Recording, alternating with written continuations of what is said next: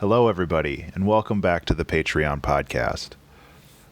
Thankfully, my voice is feeling much better now, as well as my head. I'm no longer crazy congested, so I can actually think again. So that's very nice. This week, I wanted to talk about it's something that was really important to me last weekend, actually, and that's the idea of always be talking about your art.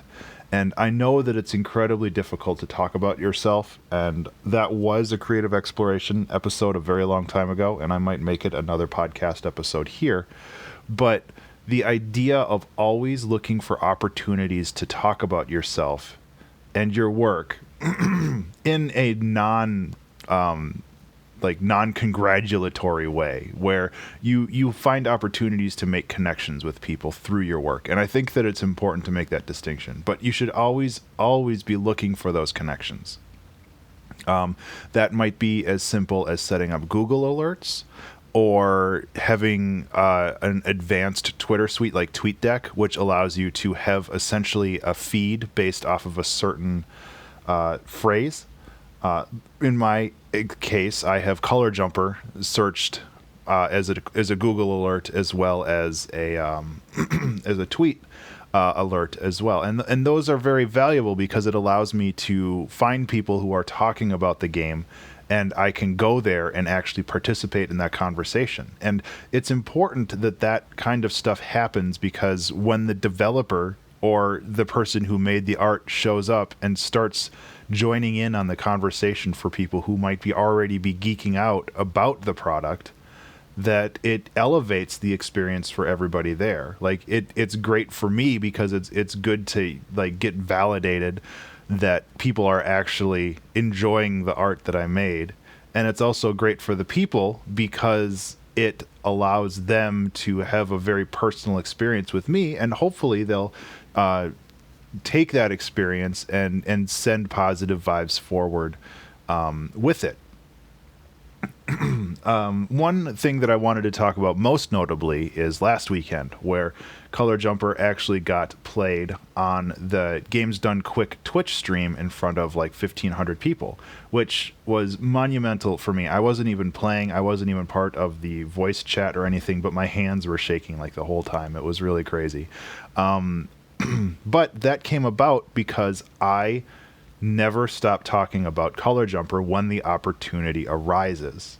I found a YouTube video where I saw that people were runs. So basically, it's just they take random games that nobody's played before and they throw them in front of speedrunners, and then they see how far they can get in a certain amount of time and they race. And it's a super cool idea. So I found this video, and I had to dig around to find the Discord server and then dig around to find the correct moderator for the blind speedruns. But once I got in touch with that person, I was able I was able to talk to them and basically pitch Color Jumper as a game, and they accepted it. And a month and a half later, it was seen in front of over 1,000 people. And I think that kind of mindset and that kind of marketing, which forces you to always be thinking about opportunities to pitch your game or to share your artistic vision with more people, I think it's really important to never stop thinking about that kind of stuff. And there's a subtopic here that I think I might get into next week relating to affirmations, which sounds like mysticism if you look it up. But I think that there's a lot of things that you can learn from doing something like affirmations. And I want to talk about that a little bit more. So that might be next week.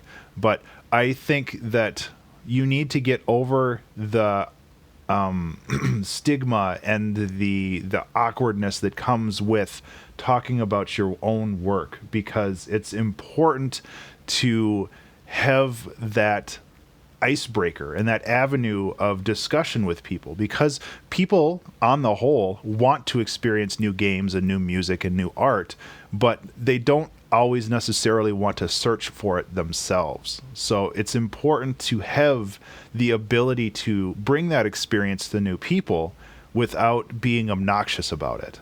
And the best way, and I can paraphrase the talk about your self-creative exploration really quick. The best way to do that is to put a layer of separation between yourself and the art that you created. What I mean by this is, instead of talking about my art, you talk about the art.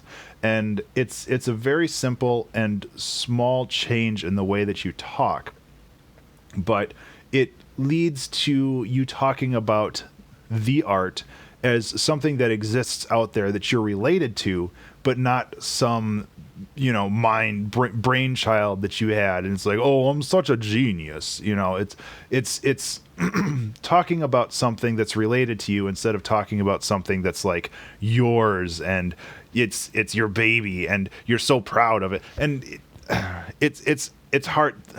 That differentiation is small, but I've found that it works really well. So really, that's all I have for this episode. But there's a lot to unpack there. I think the most important thing is to just kind of understand that even when you release something, you're never done trying to market it. And marketing is hard, guys. Like, I am still struggling with it, but I'm getting better. And I wholeheartedly encourage all of you to look for opportunities to market your art in new and organic ways that will get it in front of people. And the thing is, okay, so even though it got in front of the Games Done Quick Twitch stream with over 1,500 viewers or whatever, I think I got 4 sales on Steam through that. Like, I didn't get rich through this, but the idea is out there now that Color Jumper is a game that is worth being speedrun. And that idea alone is actually worth quite a lot for me, because that's an idea that sticks around. And I think the Twitch VOD is also going to get posted to YouTube, so it has a second life in front of all of those people as well. So, yeah, that's all I have, and I think I covered everything I wanted to there. My brain's still a little fuzzy, I guess. So anyway, I hope you all have a good weekend. Thank you so much for being a patron and contributing to this Patreon campaign, and I'll see you next week. Be remarkable.